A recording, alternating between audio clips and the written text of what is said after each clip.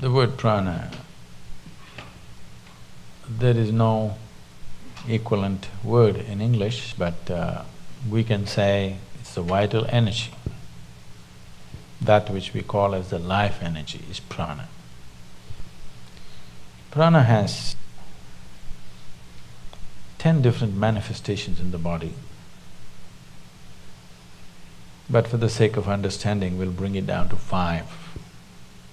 These 5 are referred to as 5 vayus or panchavayus. This is pranavayu, samanavayu, udhanavayu, apana and vyana. They're in charge of different dimensions of what happens in this human mechanism. This is an endless subject if I speak like this. I'm just trying to abridge it in a sensible manner. Taking charge of this. Yama means to control or to take charge. Pranayama means a method with which you want to take charge these panchavayus. Because how your body functions, how your mind functions, how the whole physiological framework, this human mechanism, how it functions, is determined by this energy. This is an energy, it is an intelligent energy in the sense it carries a certain amount of memory. The karmic memory of the individual person is imprinted on this energy. So in each person, the prana functions in a different manner. It is unique to each individual. It is not like… it is like electricity. Electricity is not smart. It can light up the the light bulb, it can run the camera, it can, run the air conditioning, it can do million things, but not because of its intelligence. It does the same thing, always. Because of a particular device, a certain thing happens. But now I'm talking about, this will happen in future, that you may have smart electricity. It is not far away. In the next 50 years, you may have smart energy, that the energy behaves in a particular way. You can make it behave in a certain way because you can imprint certain memory upon it. So this is an intelligent energy where a certain amount of imprint is there. Because of that, it functions in a specific manner in an individual person.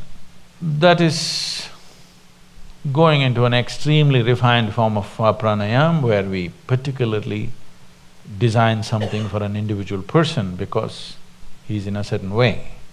For that, to come to that level, it will need a general level of pranayama where it takes care of these 5 vayus.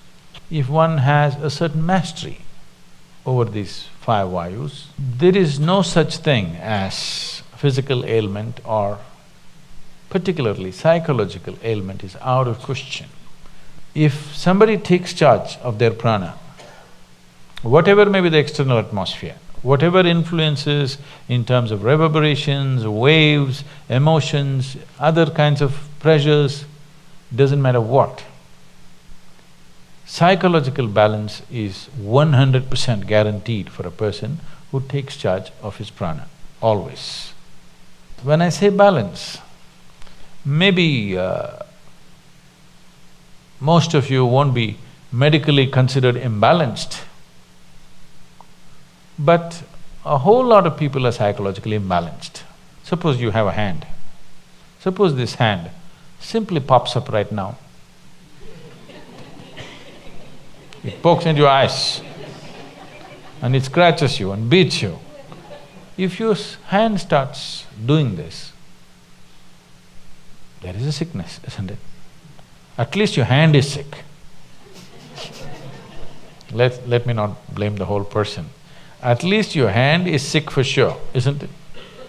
Well, this is what most people's minds are doing. Every day it scratches you from inside, makes you cry, make you bawl, make you worry. In so many varieties of suffering, it pokes your eyeballs out many times. Is it not doing? It is sick. Maybe in a socially accepted manner, but it is sick. So one who takes charge of his prana can be 100% assured his psychological balance is there, you cannot shake it. Physiological balance also is there, but physiological ailments may happen due to various reasons. One thing is there are infections and other, organisms who want to live. Yes, they want to live. Another thing is variety of chemicals and poisons and stuff we may swallow knowingly, unknowingly, and it can cause things. So physiological ailment is, I would say, 90% guaranteed that it won't happen. But psychological well-being is 100% guaranteed. If you're psychologically in an extremely good place, 10% of physiological problems are not even a problem, It's not even a problem. Most of the time, what little things that may happen to the body, that's not the thing. What reaction that happens in your mind is the big thing, isn't it? Yes or no? Yes. So, pranayama means you want to take charge of the vital forces. As I said, they have an intelligence of their own, each one of them. Either during birth, after conception, how they enter the newborn and how they leave the dead. In this, it clearly displays it has an intelligence of its own. One may not notice this unless they become very conscious about these things. It's a world by itself, if you ask me. It takes a certain level of attention. The word attention may not go deep enough. I'm using the word attention because the other words are horribly corrupted.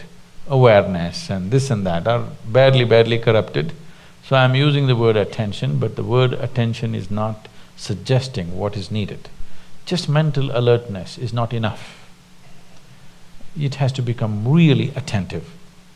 If you make yourself like that, you know how these five are functioning.